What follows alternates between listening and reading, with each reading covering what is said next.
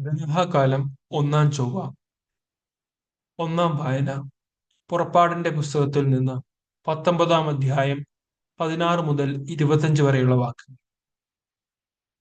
കർത്താവ് കൽപ്പിച്ചിരിക്കുന്നത് ഇപ്രകാരമാണ്: ഓരോരുത്തനും തന്റെ കൂടാരത്തിലുള്ള ആളുകളുടെ എണ്ണമനുസരിച്ച് ആളൊന്നിന് ഒരു ഒമർ വീതം ശേഖരിക്കട്ടെ. ഇസ്രായേൽക്കാർ അപ്രകാരം ചെയ്തു. ചിലർ കൂടുതലും ചിലർ കുറവും ശേഖരിച്ചു. പിന്നീട് ഒമർ കൊണ്ട് അളന്നു നോക്കിയപ്പോൾ കൂടുതൽ ശേഖരിച്ചവർക്ക് കൂടുതലോ കുറവ് ശേഖരിച്ചവർക്ക് കുറവോ ഉണ്ടായിരുന്നില്ല. ഓരോരുത്തനും ശേഖരിച്ചത് അവന് ഭക്ഷിക്കാൻ മാത്രമുണ്ടായിരുന്നു. മോശ അവരോട് പറഞ്ഞു: ആരും അതിൽ നിന്ന് അല്പം പോലും പ്രഭാതത്തിലേക്ക് നീക്കിവെക്കരുത്. എന്തെന്നാൽ അവർ മോശയെ അനുസരിച്ചില്ല. എന്നാൽ അവർ മോശയെ അനുസരിച്ചില്ല. ചിലർ അതിൽ നിന്ന് ഒരു ഭാഗം പ്രഭാതത്തിലേക്ക് നീക്കിവെച്ചു. അത് പുഴുത്ത് മോശമായി. മോശ അവരോട് കോപിച്ചു. പ്രഭാതം തോറും ഓരോരുത്തരും തങ്ങൾക്ക് ഭക്ഷിക്കാവുന്നിടത്തോളം ശേഖരിച്ചു കൊണ്ടിരുന്നു. ബാക്കിയുള്ളത് സൂര്യൻ ഉദിച്ചുയരുമ്പോൾ ഉരുകിപ്പോയിരുന്നു. ആറാം ദിവസം ഒരാൾക്ക് 2 ഒമർ വീതം ഇരട്ടിയായി അപ്പം അവർ ശേഖരിച്ചു. സമൂഹ നേതാക്കൾ വന്ന് വിവരം മോശയെ അറിയിച്ചു. അപ്പോൾ അവൻ അവരോട് പറഞ്ഞു: കർത്താവിന്റെ കൽപ്പന ഇതാണ്: നാളെ പരിപൂർണ വിശ്രമത്തിന്റെ ദിവസമാണ്, കർത്താവിന്റെ വിശുദ്ധമായ സാബത്ത് ദിനം. വേണ്ടത്ര അപ്പം ഇന്ന് ചുട്ടെടുക്കുവിൻ. വേവിക്കേണ്ടത് വേവിക്കുകയും ചെയ്യുവിൻ. ബാക്കി വരുന്നത് അടുത്ത പ്രഭാതത്തിലേക്ക് സൂക്ഷിക്കുവിൻ. മോശ കൽപ്പിച്ചതുപോലെ മിച്ചം വന്നത് അവർ പ്രഭാതത്തിലേക്ക് മാറ്റിവെച്ചു.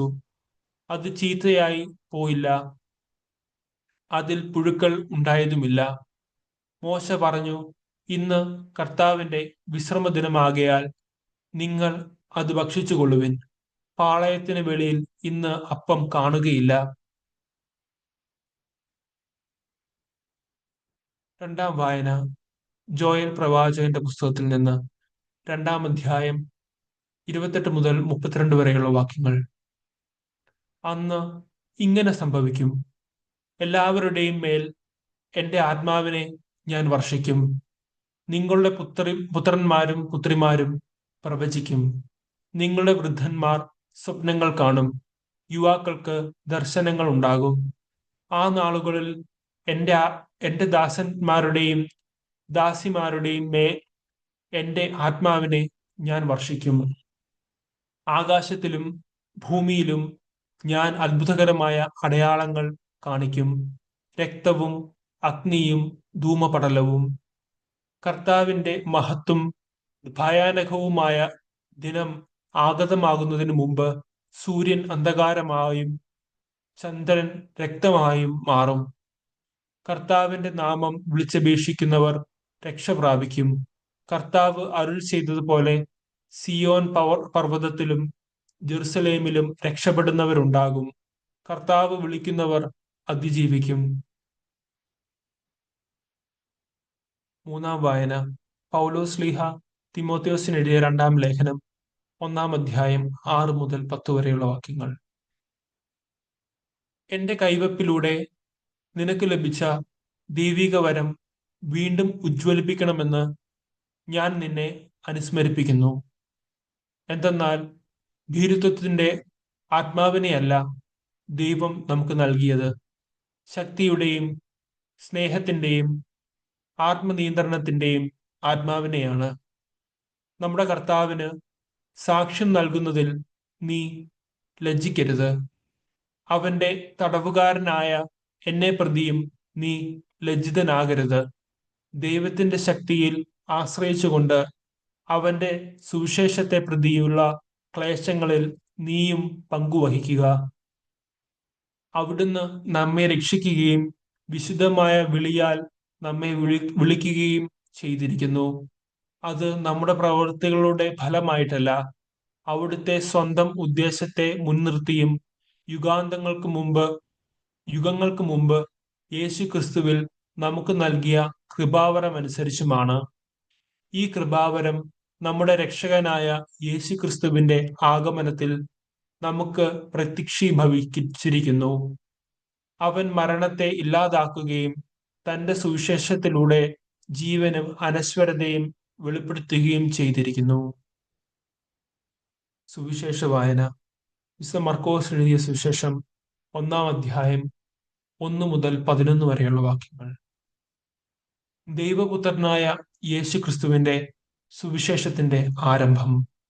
ഇതാ, നിനക്ക് മുൻപേ ഞാൻ എൻ്റെ ദൂതനെ അയക്കുന്നു. അവൻ നിന്റെ വഴി ഒരുക്കും. മരുഭൂമിയിൽ വിളിച്ചു പറയുന്നവന്റെ ശബ്ദം, കർത്താവിന്റെ വഴി ഒരുക്കുവിൻ, അവന്റെ പാത നേരെയാക്കുവിൻ എന്ന് ഏശയ്യാ പ്രവാചകന്റെ ഗ്രന്ഥത്തിൽ എഴുതപ്പെട്ടിരിക്കുന്നത് പോലെ പാപമോചനത്തിനുള്ള അനുതാപത്തിന്റെ ജ്ഞാനസ്നാനം പ്രസംഗിച്ചുകൊണ്ട് സ്നാപക യോഹന്നാൻ മരുഭൂമിയിൽ പ്രത്യക്ഷപ്പെട്ടു. യൂദയ മുഴുവനിലെയും ജെറുസലേമിലെയും ജനങ്ങൾ അവന്റെ അടുത്തെത്തി. അവർ പാപങ്ങൾ ഏറ്റുപറഞ്ഞ് ജോർദാൻ നദിയിൽ വെച്ച് സ്നാനം സ്വീകരിച്ചു. യോഹന്നാൻ ഒട്ടകരോമം കൊണ്ടുള്ള വസ്ത്രം ധരിച്ചിരുന്നു.